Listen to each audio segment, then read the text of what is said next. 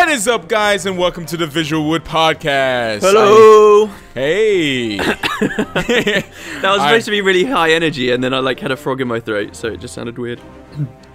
It's okay. All that Tequatl rating. Yeah, well, yeah. I got a lot to talk about today with Tequatl, guys. A lot to talk about. Well, as you hear here in the background, I'm here with the beautiful, the elegant, the wooden wonderful potatoes. wooden potatoes. Why do I always do that? Why do I do like a woman's voice at the start? It's weird. Because you are a woman. It's weird. People don't know that. They do. You put a picture of Scarlett Johansson up on a previous video. Yeah, but people think it's fake, but really, we're actually telling the truth. It's true. It's true. That's why Matt was so desperate to get me out to PAX, just so that you could share a room with Scarlett Johansson. Yes. Yeah, I had the bed just waiting there, just waiting for you. I didn't even touch it, in spirit of you.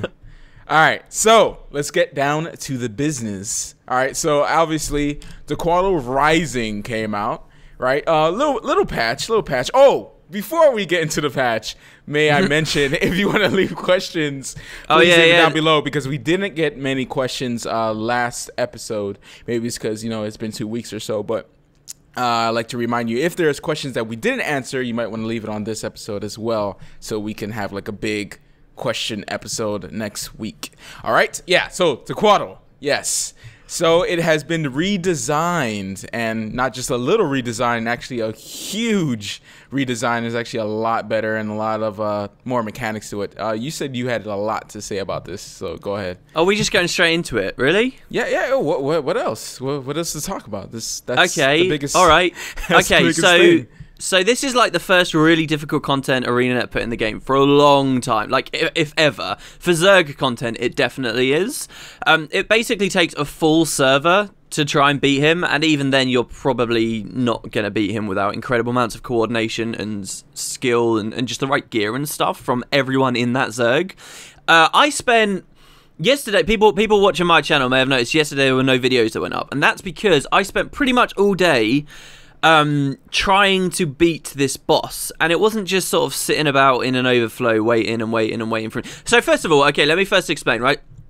It's annoying content because most people that beat this boss are in the main server. So if you're someone from a dead server like me, Emery Bay, right? It's not a dead server, I shouldn't say that, but it's not a server where people really rally together to really take something down. Right. So if you're in a server like that, you're going to want to guest, right? So you hear, oh, Blackgate got the very first kill ever on Tequatl. Awesome. Right, let's guest over to Blackgate. You try and do that, you're very, very, very, very, very unlikely to ever get into their main server because there are so many overflows going at once. And even when you get like the pop-up saying, oh, it's ready, and you hit travel, you tend to get like an error message, like a network message. That might just be me because I'm an EU player on NA servers guesting to another server on NA that is an overflow that is trying to put me in the main thing. Like, that's quite complicated networking, I've got to imagine, and I end up getting error messages when I do that. I feel like they need to extend that that map to a little bit more, but it might be imbalanced, maybe.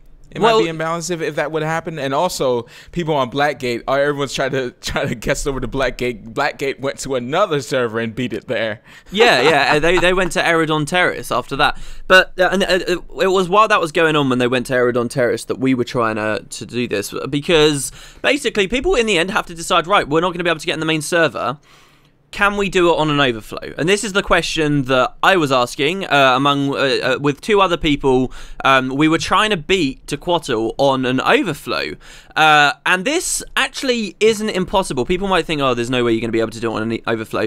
Overflows are actually kind of easy. If you set up like a core structure of maybe 30 people who can work on the turrets and stuff, you can actually end up building up a massive group of people on just one overflow. Overflows are really good because you can taxi anyone you want there. Unlike the problems with like getting into the main Blackgate server or whatever, on an overflow, you can literally just party with anyone in any of your friends on your friends list or anyone in your guild chat, and you can just party with them and they can right-click join on overflow. It's actually really easy to get people together on a specific one. So in theory, we should have been able to do this, right? And we spent I was in there for maybe 7 hours, maybe a little bit longer in total, trying to kill this damn boss. Like, we ended up having about 100 people in a single channel on, funnily enough, it was on the Blackgate VoIP on TeamSpeak. We had about 100 people there. There were like 3 or 4 of us that were really sort of stepping forward and trying to explain everything to the people and trying to really decide how we're going to beat this boss. And we were doing really, really well until I made a bad decision, like later on while we were doing it. It was sort of a joint decision, but there's like 2 main strategies you can go with to take down Tequatl at the moment. One is like where you split the Zerg into 2 different groups, right? And basically each group stands at each foot of him. And what this does is it splits up his poison attacks, and it makes it easier to avoid. He can't like focus fire everyone so hard. And also it means that you can stand in a better position away from the waves. You can either go like that for a split strategy, or you can stand like all as one massive Zerg. And there's different positions for that massive Zerg. Anyway, we were trying to do... First of all, we tried the massive Zerg, and we just got our ass handed to us a couple of times in a row. It just wasn't working, right? So then we went for the split Zerg strategy, and we were seeing a lot of progress, and we were learning so much about... Like, I can tell you... Name me a profession. Name me a profession. Any profession. I can tell you something useful that profession should be doing in the fight. Guardian. So Guardians are probably apart from maybe Elementalists, Guardians are like the most useful for the Tequatl fight because they can be using their walls of reflection. So a big part of the fight is Tequatl's going to be throwing out these projectiles, right, that cast these massive poison fields. Have you encountered these? Yeah. Yeah, the poison fields, the poison itself doesn't do much damage to you, but while you're stood in these red AoE circles, they tick up insane amounts of damage on you. Now, the turrets at the back can cleanse those and get rid of them. So the idea is you can stack up, and then just one cleansing shot from one of those turrets can cleanse all of the poison fields. Right. But the way those poison fields come down is... they're actually projectiles being fired out from Tequatl. So what you can do with the Guardian is they can use their walls of reflection to literally block the projectiles. The projectiles will cease to exist and then never create the field in the first place. Huh. So you have a massive stack of people, and you have the Guardians casting these walls of reflections basically as a box around the Zerg, so that none of these like fingers and Tequatl can't create these poison fields. And that alone reduces the amount of damage your Zerg takes, like by insane amounts, right? It's the difference between 80 people being alive and 80 people being dead. The other thing Guardians are really strong for is they can cleanse conditions really easily by using like Soldier's Runes or by traiting for it, and they can use Stand Your Ground as a trait to give stability. It's a race against time, right? How much damage have you done like max to him? Man, I can't even remember. With my scepter, I don't know. I think it was like... I don't know if it was 100s or what do you mean? I mean like before time ran out, what threshold of health was the boss? You mean a percentage?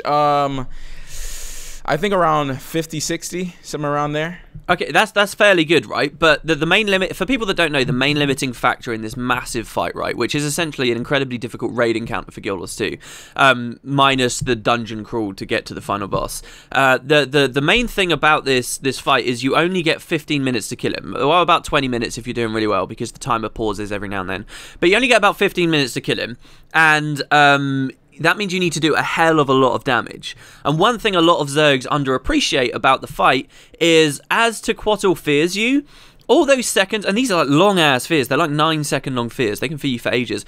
If your Zerg is getting fully feared away every time he breathes those fires, that's like 9 seconds, 9 seconds, 9 seconds for everyone in the party, in the entire Zerg that just cannot do damage anymore. And that's one of the main reasons why people can't do heavy damage to him. That and people dying constantly by getting hit by the waves.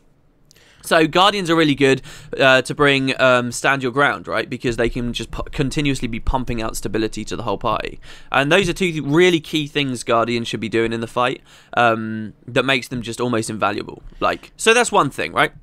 What was I saying? About the split Zerg. Yeah, no, go on. But Jesus Christ. You just talked for 10 minutes. I could talk for so much longer about this fight. And this is one of the key points I'm going to make in a second. Go. Sorry, it's VisualWood. It's not just wood. Go. Yeah, it is just wood. Oh, for people who don't know what's going on about the Tequatl fight, basically they added in a couple things to it. You can have turrets, right? The turrets buff and heal allies and also keep debuffing the boss so he won't do the bone wall. We're talking perma quickness as well. Yeah, they can give to a whole Zerg. It's crazy. And if there's a lot of people on, especially if you have a VoIP or TeamSpeak or whatever, you can have the people that are on turrets on a TeamSpeak and kind of coordinate which skills they're going to use. Like 3, 4, and 5 on me right now because everyone stacks onto the commander. Another thing that happens every 25% when you hit the boss down, and it seems like in the beginning of the Tequatl fight is like the longest pretty much, and it takes you like 4 minutes just to get it down. It after that 25%, then it switches to the batteries, and you have to protect the batteries so they can shoot the gun. When you shoot the gun, it brings him down, and you can do lots of damage to him, and you just pretty much just do the most you can. And that's when everyone's there, all the warriors and everything. Well, you know, Zerka warrior doesn't really matter because you can't crit the boss, but you know, like but everyone doing their most damage. The great swords out. Right, exactly, doing their 100 blades and everything like that. So that's when you really burn the boss down into his like pretty much like 60% if you do it really good, and then you just even have less. Even less, and then you're almost there to that 50%, and then you just keep repeating over and over again until you beat him. But that first 25% is the worst. Also, you get dragged down as well. You've seen that as well. You get dragged down, and you have to go up to the light. There is the little waves that he does when he stomps down, and you have to dodge those. Some people don't dodge those, and they end up dying, and then they stand there waiting for a revive, and it's just completely annoying. Go back to the waypoint, dang it. Go back to the waypoint. You know, it's interesting about the waves as well. Like, it's pretty interesting about those because ArenaNet has added like one of the most awesome things you will ever see in Guild Wars 2, which is a giant friggin' tidal wave, a massive wave, amazing, that comes down and wipes absolutely everyone. But if you ever see that happen, it means you're going to run out of time in killing the boss. Like, it's so tight on the timing. The only way you see that happen, guys, is if you fail the Mega Laser event with the batteries. And then the Mega Laser won't fire, you won't be able to stun him, you won't be able to burn him down, which just basically on its own means you lose. But also, it's your only opportunity to see the massive tidal wave, which is sort of a shame. I to this day, haven't seen that. Even after all these attempts I've made on him, like, we've managed to do the batteries every single time. And it's just so punishing if you fail them. So it's sort of a shame that it's been designed in that way. Because that's from the trailer. Everyone's waiting for that. Like, I wish they did that in the beginning. Like, right in the beginning when he comes, you know, he just comes back and does the tidal wave, right? And that would make the first 25% even harder. Granted, I want to see it, and I still haven't seen it either at all in game. I've only seen it in the trailer, and I'm like, man, I want to see this, and I can never get footage of it because every time we do it, the batteries are always been protected. So we should get into we shouldn't get too crazy into talking about Tequatl strategy. I think that should be its own video of its own. Yeah, okay, all right. I'll stop. Any last before we get to rewards? One last thing I want to say about it, right? I can talk probably for about an hour and a half, 2 hours solid about this encounter. I know pretty much everything anyone can do about the encounter. I know every ability Tequatl knows. Here's the frustrating thing about it for me. I still couldn't beat the damn boss, right? While we were doing this, I ended up saying, we were doing the split Zerg, we decided to go back for a single Zerg strat, but our Zerg was in the wrong position. We were trying to have a single Zerg that could be buffed by all 6 turrets at once, which puts you in a really bad position for where the boss is, as far as I understand. And we ended up wiping, and that was it. We failed, and we just left it there, right? So I had all this stuff that I could say about it, and we still failed, and that's the only really annoying thing because of the way the overflows are set up and stuff. I sort of came out of yesterday just like genuine, and I'm sure people that come from WoW raiding will be familiar with this.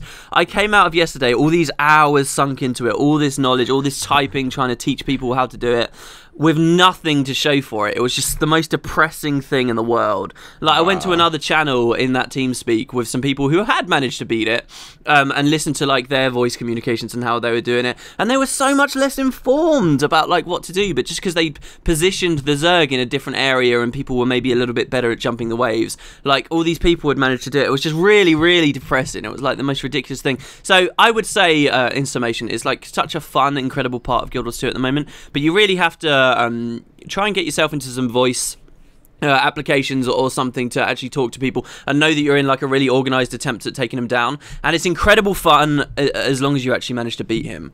But that's been my experience with it so far, and it's been pretty rocking, dude. Yeah, definitely. What do you think about Tequatl becoming just like another boss fight? I mean, I guess that's fine, really. I mean, once people learn how to defeat the Tequatl, then it'll become like an easier part of Guild Wars 2. Like, for instance, I made this example before of the Underworld, right? Or SAB, right? In the beginning, Tribulation Mode was hard, right? This is something everyone can relate to for people who haven't played Guild Wars 1. now people speed run it because you know exactly where to go. And I think this is going to be the same case for Tequatl. And because now people are beating it, now people are kind of getting what to do. Because there's a lot of randoms that go into the main server, right? And then most of the people who know what to do, some of them might get separated. They might go into overflow. And then, you know, all the people who really have the best gear and know exactly what to do or know how to dodge a wave coming towards them, a very slow wave, I might add, well, that's the thing. Like, there's an achievement, jump over the waves. Don't jump over the waves! It's so easy to evade into them. Don't jump. Jumping's crazy. Like, so many people get hit by them because they're trying to jump. Just dodge. Dodge roll into the wave. It's so easy to get through it. Or jump roll. Like, and it's annoying that ArenaNet like designed a couple of the way that they designed some of the achievements. One of them as well is when you get dragged down under the water. That's the moment the battery event and the mega laser event is up. You want to be back out on the surface as quickly as you possibly can be, so that you can defend those. And ArenaNet's added an achievement where you have to swim down into the abyss beneath you while you're dying to find like a hidden treasure down there. And it's like, oh, why have you done this? It's like, it's crazy. Some of the achievements they put in. Those two, a lot of the people that are there are just there for the achievements because they want to get their achievements. Right. They probably, some of them, I'm not saying all of them, probably don't care about the Tequatl. They probably want to win, but you know, they don't. They're just there. You know, they're going AFK every 2 seconds. You know, those type of people. It's funny, and they're taking up space, and that's why I'm saying maybe they should update it a little bit more and get you know, a couple more people into the main server. Some having these overflows. Well, because then that might make the boss a little bit too easy. I'm not sure. I really like how tough it is. It is funny though, this idea that people are only there for the achievements. I certainly started off like, I just want the achievements, but once I learned how difficult the fight was, I got so motivated to beat him. And I can honestly say this is one of those rare times in Guild Wars 2, which I've wanted for a long time, where I'm playing for the difficulty of it and I just want to beat it, rather than for all the achieves and stuff. Like, I don't really care about the wings or the sunless title or anything. I just want to beat this boss. And that was awesome how that happened, but I am very concerned that once people do generally get a lot of these achievements, or, you know, the mini Tequatl is no longer worth 1,200 gold on the trading post kind of thing, which it was, by the way. People won't play it anymore. Yeah, and that worries me. But I am excited about the idea of guilds setting themselves up and being like, yo, we're a Tequatl killing guild. Come join us, server reset, blah, blah, blah, blah, blah, blah, blah, blah, blah. We're going to try and do this awesome fight. I think they should lower the cooldown on Tequatl as well after like all this hype from this first week goes away. I think it would be really nice if he was something that appeared much more rarely, you know, maybe twice a day or something, and then everybody really knows to flock at those hours to do it, rather than it's sort of this weird because mess. It's every an hour and a half. The thing about that is that it has to be worth it to go as well. So the rewards that we have here is, of course, the Tequatl mini that everyone wants. The exclusive ascended weapons, which is probably the biggest one. Exclusive ascended weapon skins. I'm assuming they're different colors.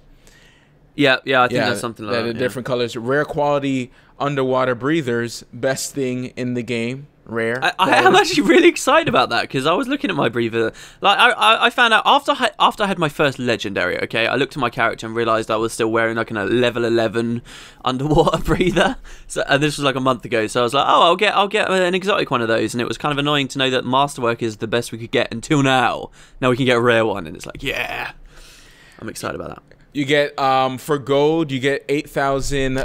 Experience, 310 karma, oh gosh, and 1 silver coin, and 53 copper. The thing about karma, you heard about that nerf, right? I mean, this nerf has been in the game for a while, but I never clicked my dailies to actually see how much it got nerfed to. Oh, it got nerfed to it's 600. There was a post on Reddit about it. It's like a 92% drop in the amount of karma you get.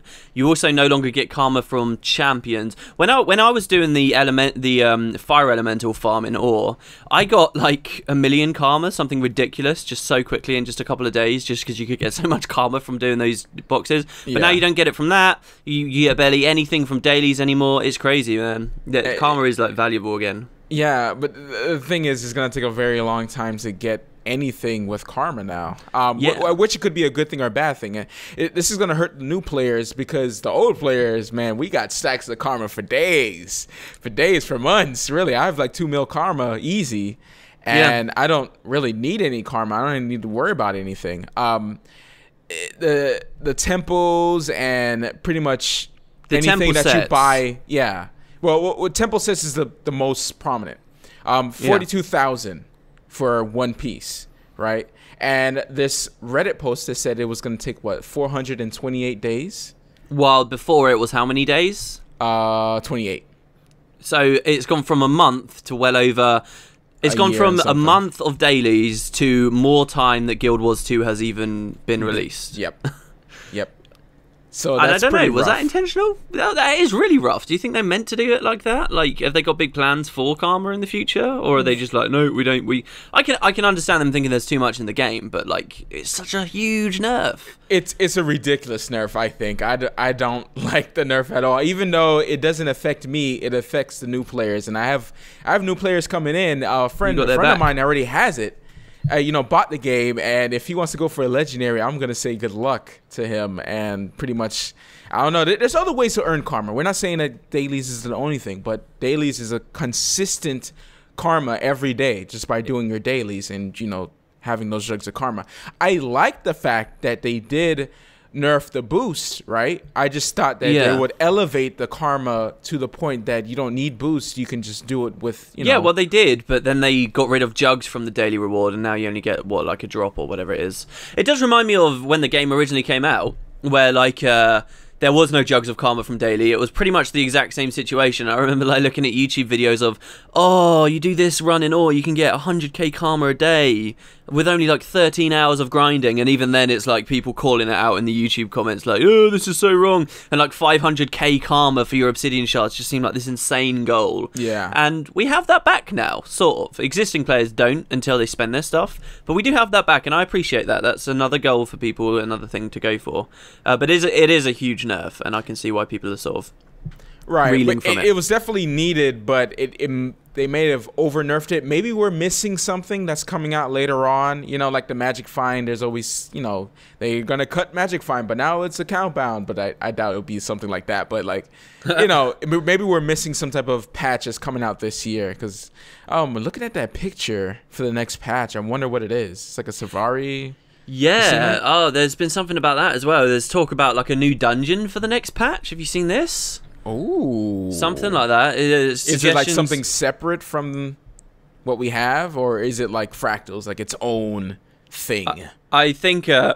Excuse me. I think it's like something completely separate. I'm not sure. There's very little information about it right now, but it looks like there could be a new dungeon. You know how they talked about getting more skills and traits and stuff? It looks like that might be starting next patch as well. Ooh. Yeah. So and we're gonna get it from dungeons? I don't know. Maybe Using maybe dungeon tokens to unlock them. I wouldn't mind that. I mean, that would be cool. That would be cool to add it to the runs for the day. Like you get online, you do your dailies, you run fractals, and then you run this one to get a couple dungeon tokens. There is so much you can do in game. I'm thinking of talking about end game in a video soon, because there's so much you can do now in game. Like if on a daily basis, there's so many like daily chests and things you can get that would easily fill up like 15 hours worth of playing Guild Wars 2 easily. Yeah. There's so much you can do, and I really like that. And if getting new skills and stuff becomes a part of that for a little while, then yeah, because obviously you can only get the skill once, right? Let's be fair about it, but it will be cool to see. All right, so next we have the looking for group tool beta. Woo! Are people really this annoyed about the fact it's a beta? I'm excited for it. I'm not really annoyed about it. I really want it. Definitely. I want to try it out. I wanted to show it off in the video, but I wasn't able to because I wasn't in the beta, which I'm a little sniffling about, but it's fine. I mean, really, like in a week or two, more people should have it, and from what I've seen, it's looking actually really cool, and they didn't spit on it and say, here we go, here's what you guys wanted. They actually took their time with it. I felt like it wasn't like rushed, from what I've seen. And the reason why they're doing the beta is so they can slowly roll it out, because there's a lot of people playing Guild Wars 2, and if all of them were to go inside the tool, it might break it, and then people might complain, and you know how the community is for Guild Wars 2. They're always just ready with their guns to shoot. What I'm happy to see with the LFG tool is that it's actually much more feature rich and comprehensive than you see on like Guild Wars 2 LFG.com and stuff. Yeah. Which, and like the pessimist in me would be likely to say, oh, they will probably just be what we've already got on a website. But it's actually so much more inclusive. We were talking about Tequatl earlier, and like it's really kind of annoying at the moment. The main barrier is finding that big group of people who are really trying to attempt it. Boom, LFG tool. Oh, look, there's a Tequatl section. Oh, look, there's 130 people here about to go for it in an hour. Boom, join, done. It's going to be great. It's going to be so good. It's going to be definitely great. It's one. Go on. Because like right now we have the LFG website, right? And not many people know about it, and many people are too lazy to get to it. So if they want to do a dungeon, they're really like just spamming in Lion's Arch, especially for the people who don't know about the website, because it's common knowledge for people who look up information for Guild Wars 2 on a daily basis, but for people just coming into the game and stuff like that, they don't know where to go for this stuff. So the LFG 2 is gonna kind of conjugate everyone into that one space. And knowing which party to go into, it actually shows the guild. It actually shows where your guild mates are if they're looking for a group, if your friends on your friends list are looking for a group, and stuff like that. So it's looking really nice. But go ahead. The other thing that like really excites me about the LFG tool, well, I don't know whether it excites me personally, but it's always been one of those things, right? There's the videos out there in certain forums where people are like, oh, I'm done with Guild Wars 2, and they're annoyed about it, right? And the one thing people always mention about Guild Wars 2 is, oh, it's been out for a year and there's still no in-game LFG kind of thing, like it's one of these sort of standard features for MMOs right now. And now it's like, okay, there used to be so many things people would put on this floaty list of things that Guild Wars 2 should have, and it's atrocious that it doesn't have it by launch, blah blah blah. Particularly for the PvP community, we were looking at stuff like spectator mode and stuff, and now that's all there. Like I can't really think of anything else people can sit on a high horse and talk about. Like every core feature is there, and they've done the LFG tool really intelligently too, because other MMOs that do it, it's sort of like it removes all need to actually walk around the world, because it will instantly like zone you into the dungeon or wherever it is, here, there, or everywhere, and suddenly you sort of lose all elements of being a community, right? Because you don't have to communicate with people before you join it. It just goes boom, you're in, and then it just slaps people together. And the Guild Wars 2 one, it doesn't look like it's going to fall into those traps, which is really it's exciting. Not an auto queue. It's not like an auto queue, and all of a sudden you just got slapped together with anyone. Like this one, you actually see who's in the party, their name. You can join their party. Exactly. You could join their party. You can talk with them before the fight. You can see what what class they are and everything like that. Yeah. So I mean, it's going to be a good feature. It is only beta at the moment, but they said that's only like a week-long beta or something, right? Well, I think it's in beta for more of connectivity issues. Other than just, like, oh, it's not done yet. I think it's already polished. It's just they just want to roll it out slowly. I like the way they integrated it into the UI as well. Like they didn't put too much UI bloat on or anything. They just sort of repurposed a tab that existed in your contacts list, and there you go. So now you would just click contacts, and there's that whole LFG section there. It's so smoothly done. I really, really like it. I'm glad they took the time to put this effort in, because this is also one of those things, because of all these people saying, oh, it needs an LFG tool, that they could have rushed, and they didn't. Or at least I feel they didn't. As I say, it's very comprehensive. It's good. And they said they'll do a little bit more with it as well, as the community, asks for certain. As new dungeons come out and stuff, it'll be like. Right. Someone was asking on the stream that can you like adjust it between languages? If everyone who speaks English here, everyone who speaks Spanish here, everyone speaks Chinese here. So that would be or Mandarin. Or is Chinese is a language. What am I saying? No, they speak Mandarin. They speak Mandarin. Yeah. Chinese is not a language. Chinese is a race. Okay, all right. Wow. Oh no, Chinese isn't a country. China is a country. Geography with the VisualWood. There you go. You learn something new every day with VisualWood. Yeah, tell that to your mother. Wow. You don't need school. You need VisualWood. In some industries, there's also a new World v. World ability, Flame Ram Mastery, which I don't know, it's whatever, and new runes of power in World vs. World, which give you a buff, Bloodlust, which is 50 points to all stats, and if you get 3 stacks of them, you get 150 points to all stats, which is basically the orb that used to be in Guild Wars 2 World vs. World before everyone hacked and started flying around and stuff like that? I don't know. I still want to see that orb mechanic back in some form, because I feel like the very north of the Borderlands maps is just completely unused right now. That snowy area right up there where the orb used to be taken from. And I also think there's something to be said for adding more. I know why the orbs were bad. It allowed really powerful servers to snowball out of control, beyond even just the hacking and stuff. It was a horrible mechanic, because it would be like, hey, you're quite strong, you've got this keep. Alright, let's give everybody plus 50 stats and then hide it in the keep and then defend the crap out of it. I do like that idea, though, of having those, like, kind of objectives that add that extra layer to the keeps, and definitely I feel like there should be more to encourage people to go to the north. But the Borderlands Bloodlust is really nice. Well, I mean, it breaks GVGs. Have you heard all of this about how it breaks GVGs? No. How are people doing GVGs right now? Was it like really organized and say, "Oh, let's all meet here"? Is that what it is? Yeah, that's what it is, and then they sort of go at it, right? And that's fine, because they can be like, right, 15 players each side, blah, blah, blah, blah, blah, and then we'll just fight, right? Now, now they're sort of subject to the mercy, the Borderlands Bloodlust can ruin it for them, because one team can have plus 50 to all their stats, while the other doesn't, and it's like, oh, well, how do we deal with this? Or one can have loads. So people legitimately trying to play World vs. World with this new mechanic are now indirectly affecting the balance of people trying to do these community-run GVGs. And there's been a lot of controversy over it. Frankly, I don't think it's anything that people participating in GVGs can get around with honor rules anyway.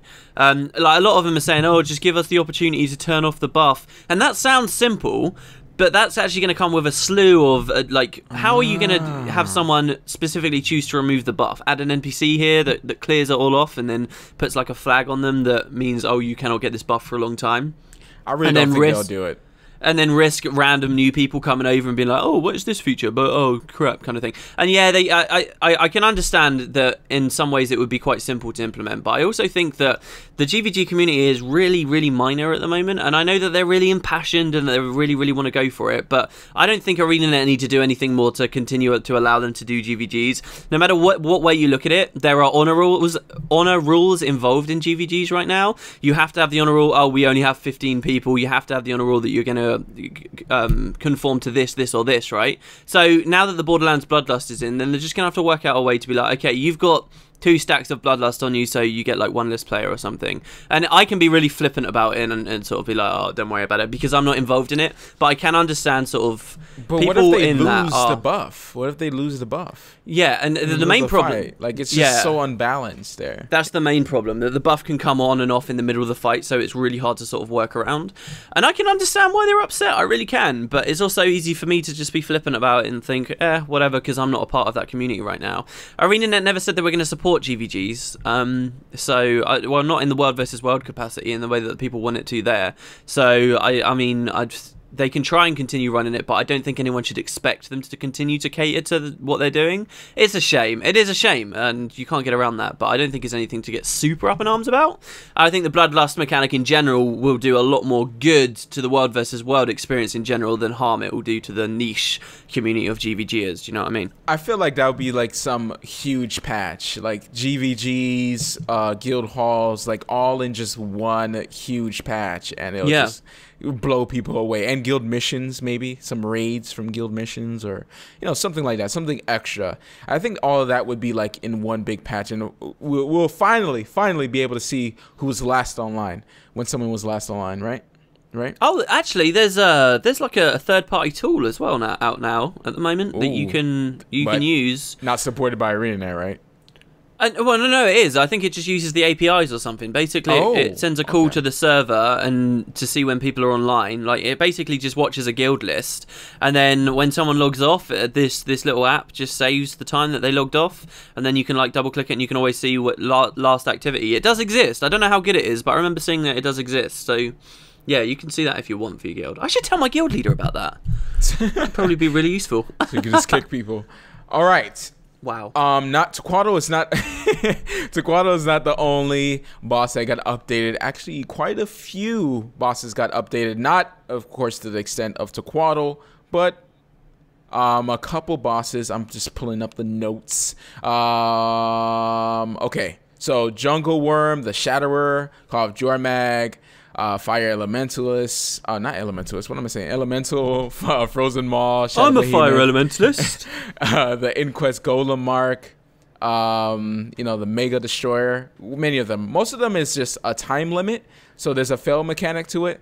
So 15 minutes basically for mostly all of them, except for like, you know, Claw of Jormag, you know, some of the bigger ones. And Mega Destroyer is cool now. Have you seen him?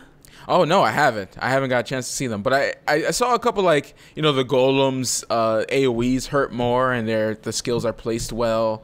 You know, the jungle worm has more regeneration now. And more, of course, most of them all have more health, so they take a lot longer to defeat. Everyone can't just burst them down like they used to. But like, I guess like their skills and their mechanics are now scaled up a little bit. So you know, you can't just, you know, just not even use the mechanics at all. You just kind of sit there and spam one. You know, they're trying to change that, I think, about Guild Wars 2 of it being just like spam fest for each boss. It's like, oh, it's up, and then it's dead. Like in 2 seconds. So yeah. It's funny because the jungle worm like died in 2 seconds, then they patched it to give it more health, and now they've patched it to give it more health again. The Mega Destroyer though, man, oh dude, it's so cool because the Mega Destroyer has always spawned a really nice chest. It's like the chest that you get at the very end of the Aura chain. It gives you loads of stuff, but it never used to have a daily chest with that guaranteed rare, and now it does. So a lot more people are going to be encouraged to actually participate in that fight, which is awesome. He himself has now been updated as well. He looks like one of the big bosses that was at the end of the Molten facility. Like, do you remember that big like destroyer looking thing there? I think that's where you saw him anyway. So he looks totally different now, and now he's like ironclad in this cool armor, and as you fight him he gets bigger and bigger and bigger. He's got a time limit on him. He always has had that time limit, but he gets bigger and bigger and bigger, and he's got all these different attacks and stuff now. It's awesome, and I love that now he's got a daily chest, because it actually means oh my god, Mount Maelstrom. It now means that Mount Maelstrom has got 2 different mega bosses in it with meta event chains that give daily chests. And what I really want to see ArenaNet do is add daily chest rewards to those couple of zones that still don't have them. Like Timberline Falls. If you're someone who runs daily metas, which is great for Ectos, right? There's a couple of zones you still never see. You never see Timberline Falls. You never see Fireheart Rise. You never see Brisbane Wildlands. There's a fair few of them, right? If they add daily chests there, then that means all of Tyria, quite literally all of Tyria, is playable stuff in endgame, and has all got a cool boss at the end. And I can't wait to see that. I always loved when they add another daily chest to stuff. And the Mega Destroyer is like epic now. He really is. It's such a cool area. No one ever used to go there. Yeah. I guess that they're trying to push that out there because, you know, not a lot of people go to the old areas except for those bosses, really. So if those bosses were not even there, if we're going to decide just not to have those stuff, man, I can't imagine how ghost towny those old areas would be. Also, you get the Wings of the Sunless by completing the meta achievement, which is pretty easy because you can just do the dailies and get that done as well. And then there's a scavenger hunt quest, which I never really enjoy, but I just do it just for the sake of the achievement. Yeah, we talked about on this before about how we were happy that it wasn't like running around fixing signs anymore. Do you remember? Then they do it. Yeah, and then it's sort of like that again. Well, but it's kind of fun because it takes you to old areas again, like quite a range of them. Yeah, that's good. Like, I think that's what those are there for, right? Because you know, just like the balloon one. But the balloons, the ones that are like the balloons and the dragon coffers, those are just like, those are very tedious. I gotta say, even though in the beginning, like we made a lot of money doing those dragon coffers, but I don't know, you like walking around getting a tooth every single time. It's just like. Well, I kind of had fun on the Blaze Ridge one. My favourite zones in the whole game are Blaze Ridge Steps and the Fields of Ruin next to it, right? Because they were especially Blaze Ridge, right? They were clearly the earliest zones that ArenaNet designed outside of Queensdale, and they've got like the most interesting stuff visually. They've got the most interesting stuff in terms of the dynamic events there, the environmental weapons. Everything about those areas is cool and quirky and interesting, right? It was before they sort of started adhering to, oh, we've got the standard formula of dynamic events we must follow. It's awesome there. And they updated the Blaze Ridge Steps as well to the Shatterer. He used to just fly around in the sky, you know, which was cool enough on its own when you were at the brand in that zone. Yeah. Now he like lands and stuff, dude. He's got all these new animations, and the Shatterer lands. Like, I was running around grabbing one of the crystals with a couple of friends, and we looked, and the Shatterer was like perched on this like field, like right near me or near a cliff. And then like just as I turned to look at him, he just like stood up and started flying away again. It was awesome. That is pretty cool. Like they should. I'm glad they're doing more stuff like that because this is the best part. Like if you're walking around in the world, especially for the first time for new players, you gain loyalty because of this. Because like you're walking around the world and all of a sudden you see a huge dragon just like sit on a hill, and then flies off. Yeah. Oh. It's like, oh, this game is awesome automatically. Oh, speaking about annoying achievements, though, what I wanted to say is a Super Adventure Box. That bobble achievement is so annoying. Oh, yeah, apparently one of them's bugged, right? Yeah, like, it's so annoying. Like, I have to sit there and just watch a video and just walk through them. I hate those achievements. I hate them.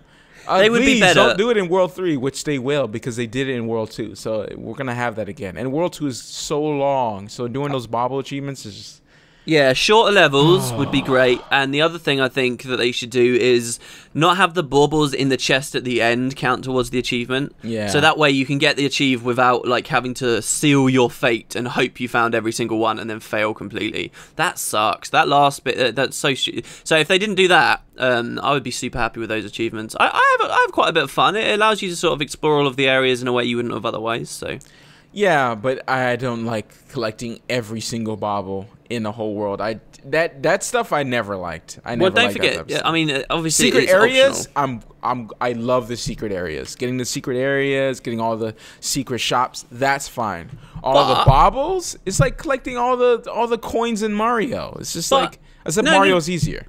But the thing is, if you're not using a guide, don't you think the shops are more tedious than the secret areas are more tedious than the baubles? Because at least you can see baubles. Shops, you have to go to a suspect-looking area. The baubles are in secret areas as well. They're in like little crevices of the map. Yeah, but if we're just comparing, easily miss them if you're not looking for them. Easily. Yeah, but I think it would be easier to miss a secret room where you just have to bomb or dig at a random damn spot and be like, oh, look, there was something here. Why not dig, I guess?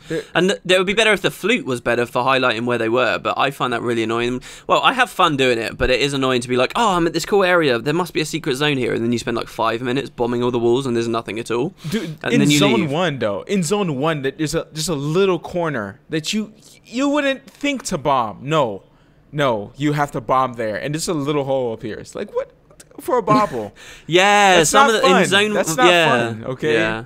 Like you can't do that by yourself. You have to use a guide for that. And if you're not using a guide, that means you're going to use a lot of baubles bombing every section of the wall. And a lot of time. Oh my god. Jeez. Yes, hours. Like it takes long with a guide. Imagine without one.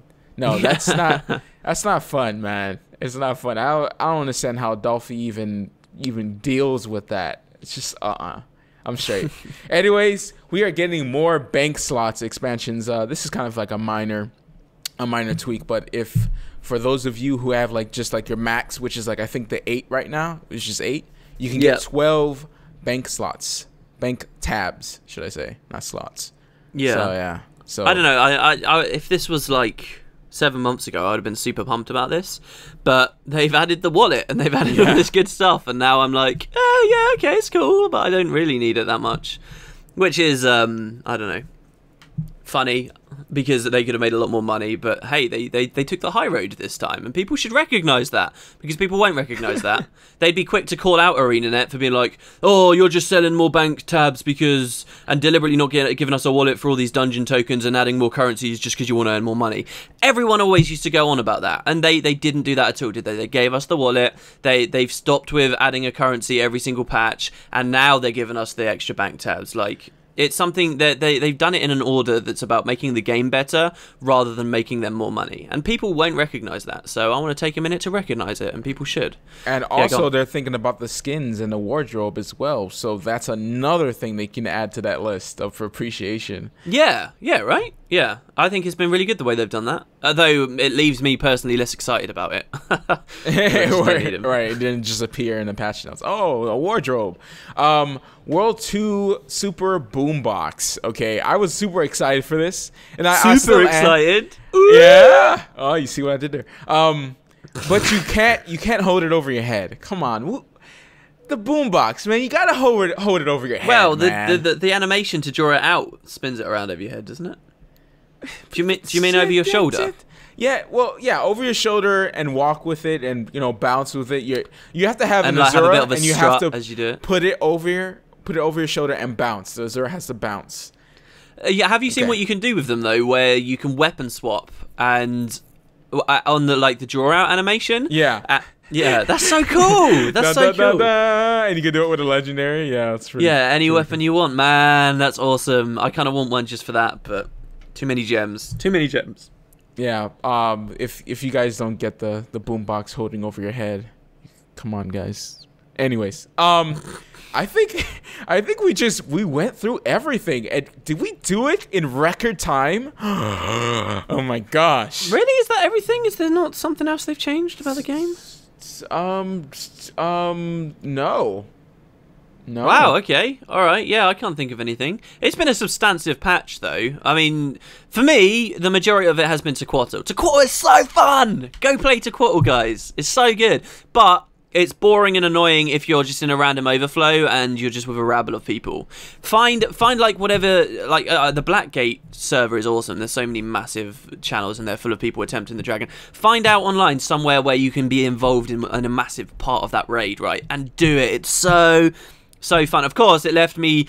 Guild Wars 2 made me more depressed than it ever has yesterday, coming out of that with nothing to show for it. It was horrible. It was horrible. But it's a new feeling for Guild Wars 2, though. Like, in other games, you just waste hours doing stuff because it's fun and you want to beat this or you want to get this weapon. It's good that they added that type of feeling to Guild Wars 2. Yeah, it's true. The thing that depresses me, though, mostly is we had all these people. We had 6 people, really competent people who knew what they were doing on the turrets. We had a really specifically assigned selection of players to defend the turrets who knew exactly what they were doing. And then we had a Zerg of like 80 people that knew exactly where they needed to stand, had been taught what to use, that they needed power, toughness, vitality gear, not condition damage, not crit stuff. And they knew how to dodge the waves. We had all of this stuff learn and transmitted out to the masses, and now that's all gone because those 100 people are never going to be online at the same time again. Yeah. It's like you have to start from scratch. It's just horrible. Yeah, that sucks. Yeah, that really does suck. At least with guild raiding, that other MMOs would offer, you have that progress, that solid, okay, if it was in that format, we got him to like 30% health, 33% health, we could come back today and be like, yes, okay, everyone, look, we got him to this much, we've already done this good, today we're going to beat him kind of thing. But no, now we have to go right back to the start. And there's the potential that I'll only get in a group that's being led by other people that I disagree with what they're doing, and then I've just got to sit there sort of solemn and hope that they manage to get through kind of thing. I don't know. It's interesting though, and I think it's such a good patch. I'm really happy with it. Question time.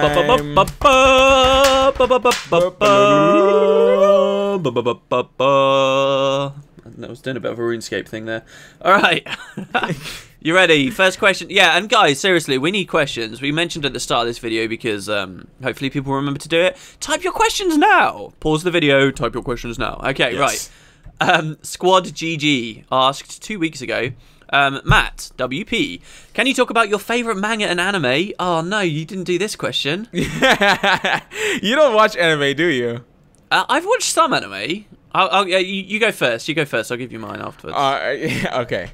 Well, for people who don't know, who don't follow me on Twitter, I pretty much watch a lot of stuff with my wife, right? Every time we come home, like around, you always see, like, when Mateo's like, hey, you up? And I'm like, oh, I'm with my wife. Pretty much just like a certain time that I dedicate to, like, almost every night, depending on how busy things get. Isn't that sweet? A series. Yeah, we watch a series. And we watch through a lot of the anime, especially I watched a lot of anime when I was in high school and when I was growing up. So I kind of like, showed her a lot. So one of my favorites that I've showed her is Fruits Basket. It's more of like a slice of life type of anime. But of course, one of my favorite of all time as well is, of course, everyone's favorite is what's it called? Crap! I can't believe it. I had it. I'm glad you're having this issue. I'm so glad you're having this issue. Full Metal Alchemist. How could I forget that? I like both of the series, Full Metal Alchemist and Full Metal Alchemist Brotherhood was also pretty good. Have you watched those, Winning Potatoes? No, I hear a lot about Full Metal Alchemist. You've got to be kidding me. If you're gonna start with anime, you start with that.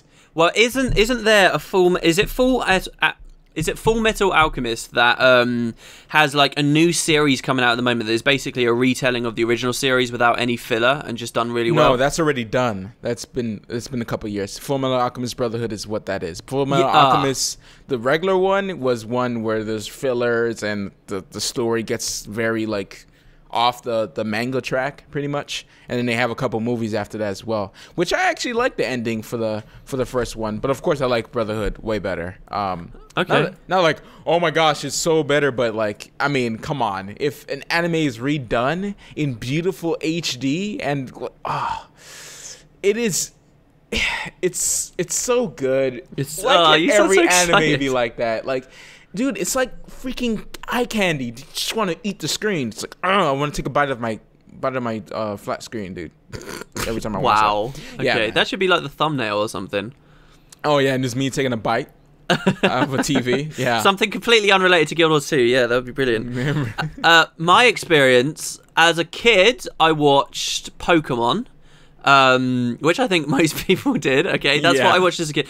I actually went back to it in my late teens as well, and I watched all of Series 1 and Series 2 where he finishes in Johto, and I actually think it gets bad after that because a lot of the voice actors feel like they change and stuff. But it ends at the end of the Johto stuff. If you don't spoil it for yourself and find out the outcomes of like Ash's matches versus Gary and like the leaders and stuff, if you don't spoil it, it's actually really nail biting. There's a lot of filler and stuff in it, but it's really good. And I think watching Pokemon for me with like that idea of a big long journey and stuff.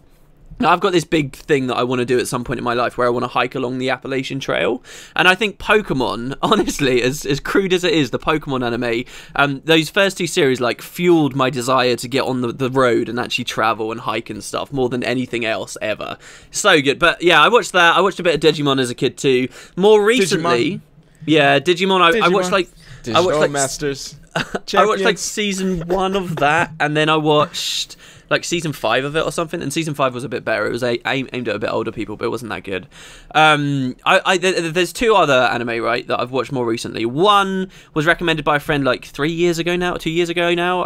Code Geass. Have you ever heard of that? Yeah, yep. Code Geass. It's like a for people that don't know, it's like a mech kind of anime, but it's really good. It was very, very, very good. There were 2 series of it. It didn't have too much filler in it. It had a lot of really likable characters and interesting plots and stuff. Very, very good. If you if you like the seeing like the bad guy, you probably should watch Death Note. Yeah, I probably should watch it. The only other one I've watched recently as well is there's one called Bakano, and I had to Google that while you were doing your answer because I forgot the name. Have you ever heard of that? Bakano? Yeah. I think I have heard of it. Man, there's so many animes with a crazy B. names. Yeah, no, it's with a B. There's the Bakuman, and there's another one as well with the B name. Like, I'm getting them all confused because I haven't watched any of them yet. Well, this one is... It's basically the story of a train ride, but it plays with narrative massively. It follows the lives of loads of characters that all end up on a certain train. That is and loads of different plot lines go at once. Like there's some people planning a heist on the train. There's loads of stuff. But it tells the narrative in a really interesting way. So you'll like episode 1, you'll be watching 2 characters like 10 years before the train ride. Episode 2, you'll be watching like 3 totally different characters after the train ride, and like it will keep cutting into the train ride itself. Really, really. Wow. Maybe my description doesn't do it justice, but it's really good. It was very, very interesting. Aside from that, I don't watch too much anime. I think I'd enjoy more of it if I got into it. But yeah, that's sort of. Just give a rundown. Man, I've watched Steins Gate, which is a new one that came out with time traveling. I've watched pretty much every single movie that what was it? Studio Ghibli. Studio Ghibli. Oh yeah, I like Studio Ghibli. Right. Yeah. I watched everything Away, that Princess he's made. Mononoke. Yeah, or they have made, because usually there's always that one guy that makes the good ones. But I watched all of them, and they're all really good. All one of my favorite movies. You know Pixar? Yeah, of course. What Studio Ghibli's really, really good for in terms of Western culture is Pixar was this idea of doing like these animated films that were family films, like, and by that I mean they're not kids films, they're family films. There's something that adults can appreciate in them too, right? And it's this idea that you could have like really serious animated stuff. Pixar was sort of inspired by Studio Ghibli, because in Japan they were doing it years before we ever were in the Western world. Yeah. And Studio Ghibli was sort of at the forefront of that. He's done some really depressing stuff too. Have you seen... Oh, you said you've seen them all. Did you watch Grave of the Fireflies? Yeah. Dude, depressing. Dude. Good cinema though. It's great cinema. It's good when you feel something from a movie. It's good. Yeah. I think it's always good. Like some of them might be really. There's a lot of animes that are just really, really sad and very depressing. I still haven't watched. I think it was Club Mad. People say that that's like the saddest anime ever. Really? And I haven't watched it yet. Yeah, I've never even heard of it. I have it there on my hard drive, but I just haven't gone through it yet. But we watch a lot of TV shows as well. So we cycle through anime and real TV shows. And right now we're watching Suits, and we just went through Firefly. But yeah, there's so many animes I can mention. But yeah, I'm not. That's gonna be an hour-long show. You sound like much more of a connoisseur than me. Yeah. I watch a lot of anime, so yeah, I'll just name a few of my favorites, and I can go along the list. Yeah. Next question. Yeah. Next question. This one comes from Kent Simmons. This one's actually Guild Wars 2 related, guys. This was a week ago again. Hey, Matt and WP. Do you think owning cities like in Guild Wars 1 would be a cool idea? Like in factions you fought for control, and do you think they could somehow implement it into Guild Wars 2, maybe through World versus World? Okay, explain to me how this worked in Guild Wars 1, because I didn't really get it in Guild Wars 1. I only played Guild Wars 1 for like a few months, so... Okay, so one of the campaigns in Guild Wars 1 had 2 regions in it, right? There was like, it had 4 regions. It had like an island region, it had a city region, and then it had 2 regions. One was a forest and one was a sea, and both were like petrified, right? Because of the lore of the story, right? And the people that lived in the forest hated the people that lived on the sea, and you as a player could choose to ally with one of them, right? This is why it's called factions. You choose one of these 2 factions. And by doing quests for those people and by participating in PvP matches, like large scale, like it was called alliance battles. It was 12v12 over massive open terrain maps where you'd be fighting against one another and controlling like territories and capture points. By participating in the PvP and doing PvE stuff, you earned like faction points, like a currency, right? With either of those people, one with the Luxons, one with the Kurziks, right? So you chose as a player which one you wanted to go with, and you get these faction points. Your guild, if your guild were, like, everyone in your guild was, like, Kurzik allied, right? The guild itself could end up accruing loads of faction. So, like, the guild would earn a currency, like, influence, like, but for one specific one of these 2 peoples. And if you got high enough, you could basically bid for, real towns and outposts that existed in the PvE world that were a part of that people's territory. So if I had a guild that did loads of stuff for the forest people, then eventually we could buy a town off of the forest people, and that wouldn't really mean that much, but it would mean that members of our guild, when we went to this outpost, right, this area of the world, we had access to like an exclusive area there. So there was always like a gated off area in all of these outposts that you could only go to if you were in the guild or alliance of the people who owned it. And the way you owned it was by just having massive amounts of faction. And in each region, there was a really, really, really important outpost called a capital city. There was Cavalon and there was House Zuhelza. And the very best alliance and the very best guilds with the absolute maximum amount of faction got control of the capital city. And when the game first released, only those people would have access to the exclusive area in the capital city, and in that exclusive area was an elite mission, like a massive, huge, incredibly difficult, long dungeon encounter that only the very best of the best of the best could get access to. In the early days, anyway. After a while, that was then rectified and anyone could get in. Right. But that's how they'd originally set it up. It was like it was a pretty hardcore aimed feature, I would say. That's how they did it. So the question is, do you think they could set something up like that in Guild Wars 2? I'm asking that to you. Do you think they could? Oh, well, yeah. It's funny, though. Like, Guild Wars 1 had all these different things. GVGs, Guild Wars, all this stuff. Like, man, what happened during development that they took all this away? I guess, they're looking at the design and thinking, okay, should we add this in? Are they waiting to add stuff like this in? Or they're just like, it's a design choice and they don't want to add? I don't think they'll ever be as exclusive as they were with the Deep and Urgo's Warren, which were the 2 elite missions and the way they originally set up. And that's really, that kind of feature really excites me, and I love the sound of features like that, but I don't think Guild Wars 2 is that kind of game anymore. Right. Like the whole PvP thing in PvE. Well, yeah. I think, but this person's probably not talking about the elite mission aspect. I think when ArenaNet was sort of planning out the whole game and deciding, right, what are we having for Guild Wars 2, they thought of, oh, we had this system in factions where people could own areas, and I think they were hoping that World versus World would fill that niche, because in a lot of ways it's kind of similar to having your guild claim a keep or a tower or something. The problem is, World versus World is incredibly volatile. You claim a keep and you won't have it for a full week. There's no way you'll have it for a full week. It was much more persistent in Guild Wars 1. So I think that some of the implementation of the way that World vs. World works, and the fact that claiming an area really doesn't mean that much, it just means you can set up some upgrades and stuff for it, really kind of hurt how interesting this feature could be.